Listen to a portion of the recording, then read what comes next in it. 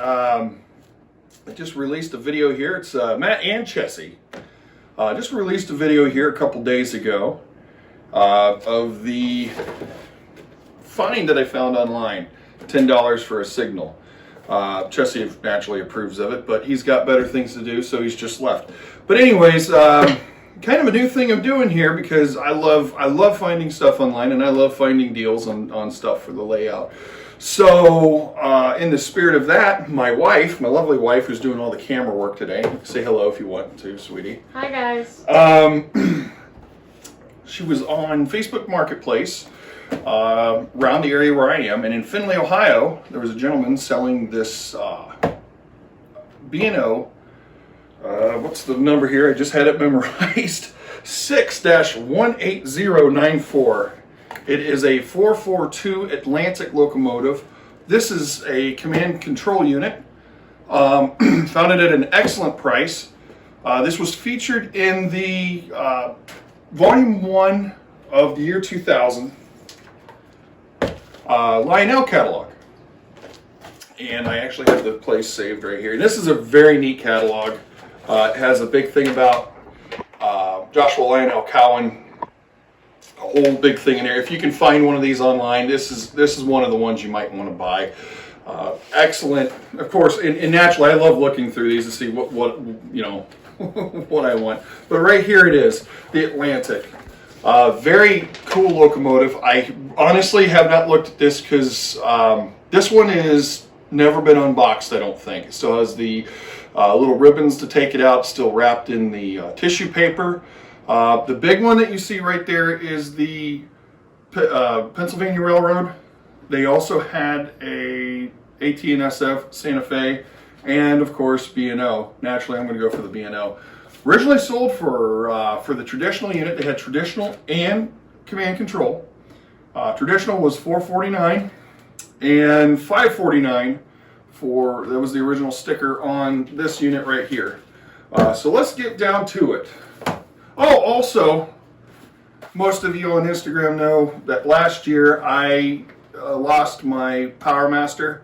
Got an excellent deal on this. The guy says, hey, I got one of these upstairs, let me throw it in for you. Excellent guy to deal with. He basically went and bought a boat, and they gave him a boatload of trains, so I might be getting some more stuff from him if Miss Rachel there approves. But got the Power Master because I've not been able to find one of the MOSFETs in mine that burn out. Not been able to find it. It's very hard to find electronic parts right now. But, you know, maybe I should look harder. I don't know. But anyways, got that replaced, so you'll see some more traditional stuff on my layout going around. Throw that out. Let's get to it. Here is the box. Very nice box. Nice heavy-duty box. This will actually be displayed on one of my speakers on the other side of the room there, where I display a lot of my locomotive boxes. American Legend, of course. This box has been opened a couple times, but still actually in very good shape. There's, of course, a steam engine. Comes in 2 separate boxes, and Rachel's cringing right now because she does not like the sound of styrofoam.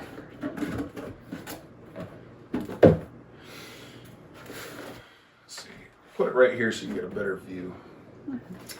So, first is the tender.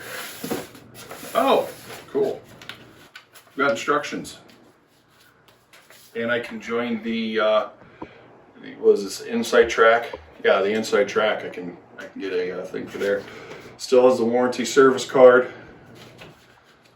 Instructions. Whoa, a bunch of stuff. Cool.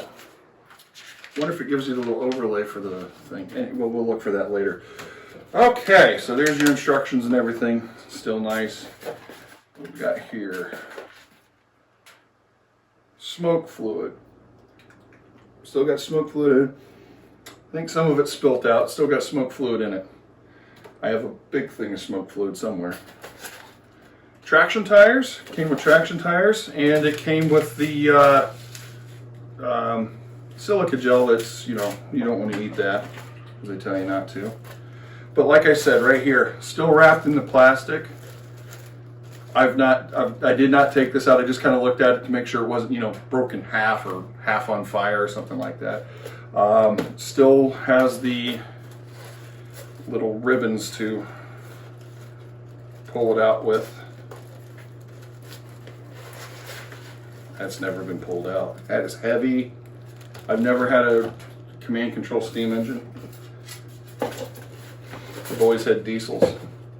Really the only steam engine I have is this guy right over the TV here. Still is in the tissue paper, or it's not really tissue paper. There we go. Never been ran. Never been ran.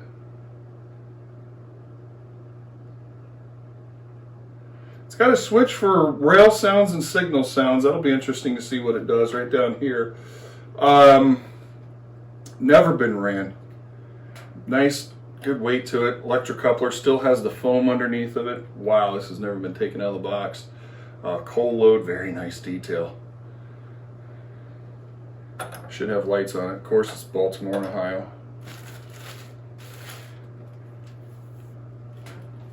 I love these ribbons. Always have. Ever since I got my first new Lionel Locomotive and had the ribbons, I've always loved that. I don't know why. I'll stick them in my hair, I think. So cat hair on this, so obviously that's been on. Again, right here, here's the head of the steam engine here. Never been out of the box. This one does not have the ribbons, so I'm wondering if this was on display or something. This has been out. This part's been out.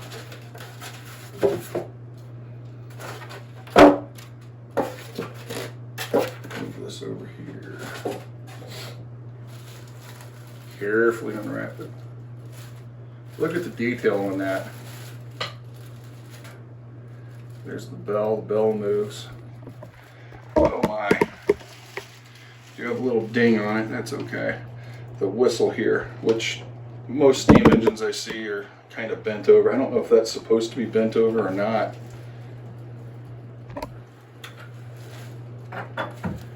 Other than that, that is some awesome detail.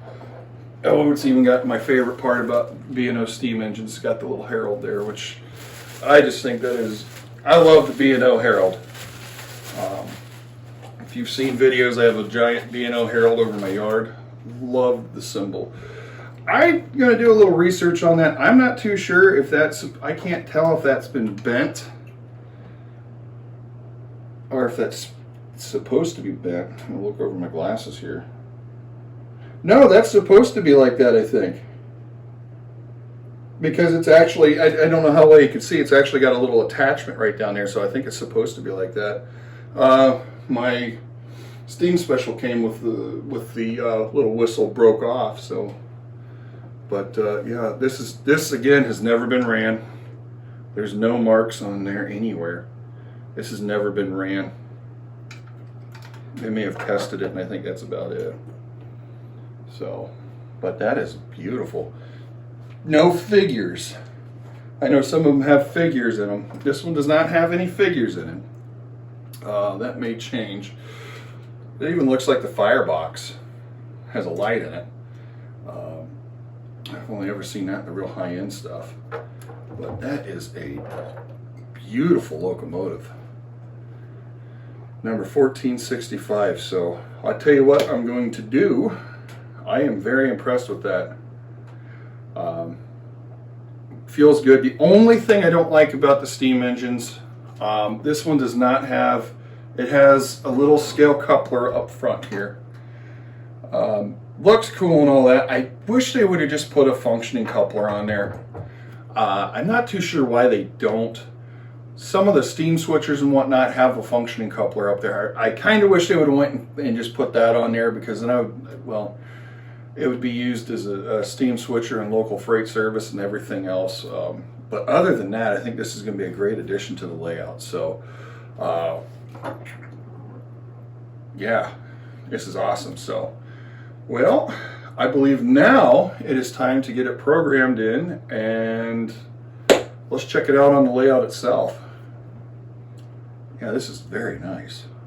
I really like this. Well, that's the idle sound. I got it programmed with the old school TMCC Cab 1 remote. Kind of working off the cheat sheet here because it did not, I could not find that little guy right there, the overview, or the overlay, sorry.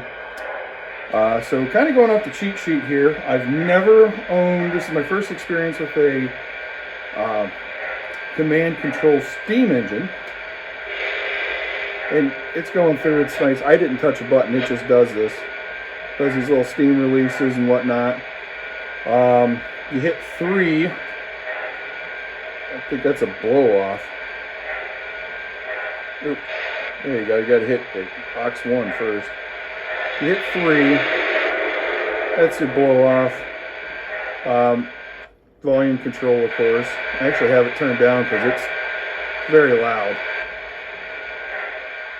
And then you can just steam release. Keep hitting that. 3 and 4 does the, or what is it? 1 and 4 are your volume up and down. Crew talk. Don't even ask me what they say. And in your tower comm, this one only has 1 that I've noticed so far. And you are cleared for departure. Honestly, I think that sounds like Lurch from the Addams Family. I don't really use the talking much when I use them. I just kind of like the sounds. Like I said before with the GP30, I'm not much of one for the talking. I don't know why. I don't have nothing against it. Smoke generator, I put some stuff in there. If you know, 8 and 9, just like on the diesel, 8 and 9 are your smoke. I haven't seen any smoke yet. I think I have it turned off by accident. If you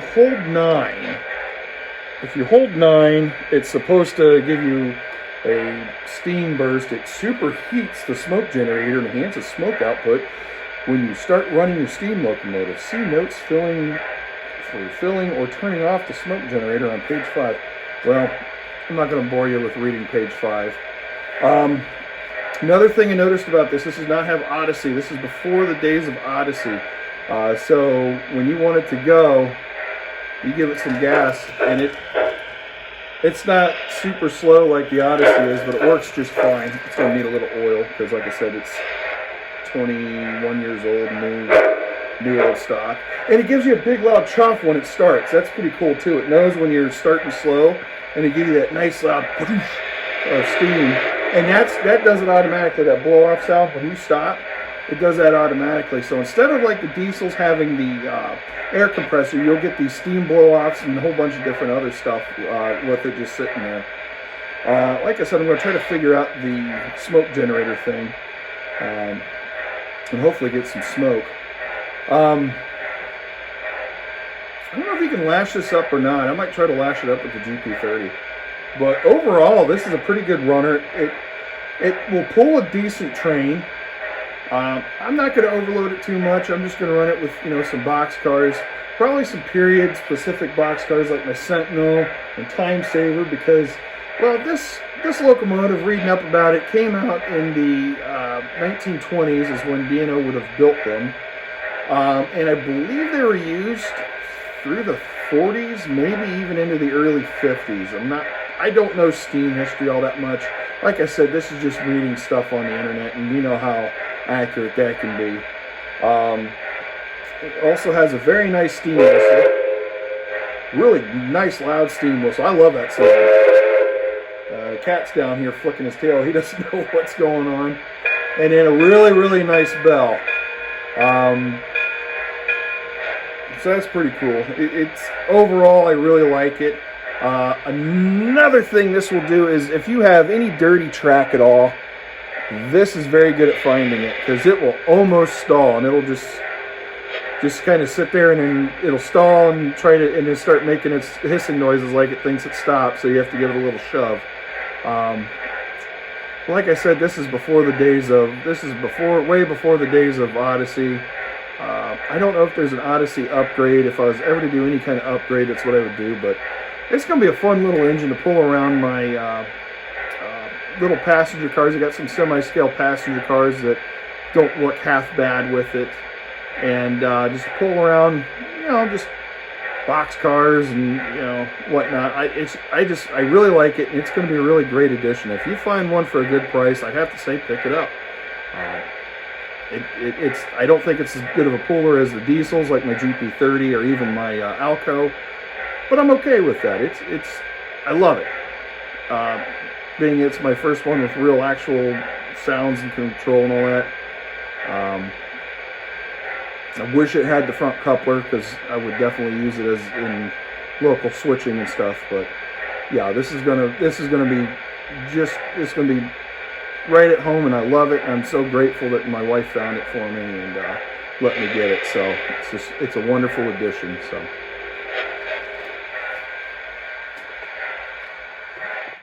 This locomotive looks great pulling semi-scale coaches, and it's also right at home pulling my scale boxcars. In case you wondered, it is very possible to do it's a lash-up of my GP30. It works.